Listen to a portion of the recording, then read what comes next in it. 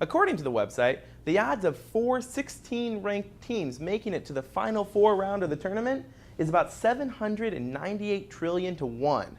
Something more likely, like 3 number 1 ranked teams and 1 9-ranked U of I team, is still about 580 to 1. The purpose of this week's events is to get students involved in environmental efforts. Students can go to the fair and join an organization, or while there simply learn the importance behind recycling the bottles and cans they use every day. It's a bit windy out here right now in Urbana. We'll see what type of weather we have coming up this week, including on Illinois Marathon Day. UI7 News starts right now! Here at the Bike Project, almost everything is dependent on volunteer help. Volunteers are dedicated to showing the community how to fix problems with their bikes and getting them off to a smooth ride. The Illini men's basketball team hopes to go far at this year's NCAA tournament, but it's 2 U of I computer science majors here in Urbana that just may know who the real winners will be. It just seems more natural to have, the best teams to make it as far as possible, but I guess over the years we have evidence that shows that that's not exactly the case. A new website has been created by Iman Dai and Amar Rizwan called Bracket Odds. The site offers the probability each team rank has in making it in the tournament. Anyone can go on and choose which seed numbers they believe will appear in the last 3 rounds. Then, with a simple click, the results appear. But some odds may surprise the average fan. One thing that really stuck out to me at first was the fact that in the Final Four, the combination of seeds 1, 1, 1, 1 is about 3 times less as likely as the seeds 1, 1, 2, 3. According to the website, the odds of 4 ranked teams making it to the Final Four round of the tournament is about 798 trillion to 1. Something more likely, like 3 number 1 ranked teams and 1 9-ranked U of I team, is still about 580 to 1. Diane Rizwan used a model based on tournament outcomes since 1985 to predict these odds.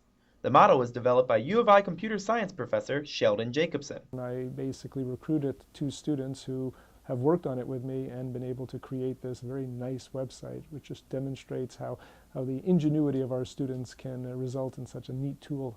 The students plan to keep updating the site throughout this month. So if you filled out a bracket, you can see how much better, or worse, your choices did over the predicted ones. In Urbana, I'm David Lauer, UI7 News. Earth Week is currently taking place here at the University of Illinois.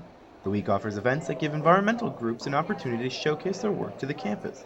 U of I student Sarah Menning was just one of several who participated in yesterday's Earth Week organization fair.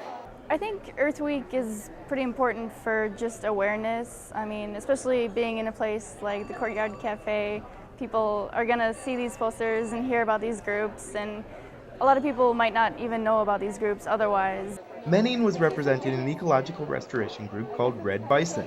She and the other participants of the fair showed many different ways that students can help out the earth. And Menning says it's not just the earth who will be feeling good after this help. It's definitely a good feeling because you know that it's because of us. The purpose of this week's events is to get students involved in environmental efforts. Students can go to the fair and join an organization, or while there simply learn the importance behind recycling the bottles and cans they use every day. The entire week was organized by student and Earth Week chair Eli Chen. Chen believes there are several things the university could be doing to improve its sustainability. She says this week helps shed light on these concerns. I think as a whole we could do a little bit better in terms of knowing what the university is doing and how much, how much it's, I guess, polluting. Earth Week will end tomorrow on Earth Day with a benefit concert. But Chen hopes environmental consciousness will stay at the university for a lot longer. In Urbana, I'm David Lauer, UI7 News.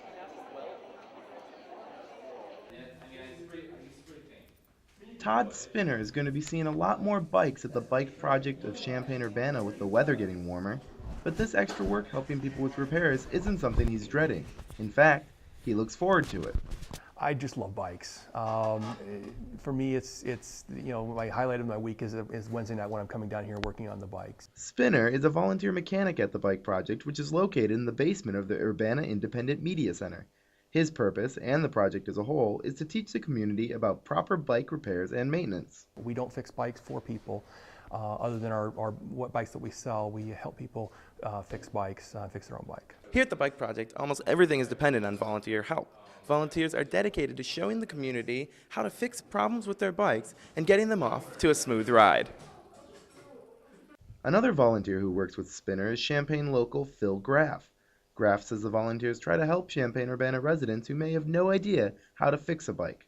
We have people who know how to work on their bike and they're swapping out their headset, and we have people with a flat tire that don't know how to change a flat tire, and everyone's welcome to come in and we'll help you change your flat tire, teach you how to do it. Spinner believes the community members benefit greatly from the help volunteers provide at the project, and the benefits go beyond just bicycle knowledge.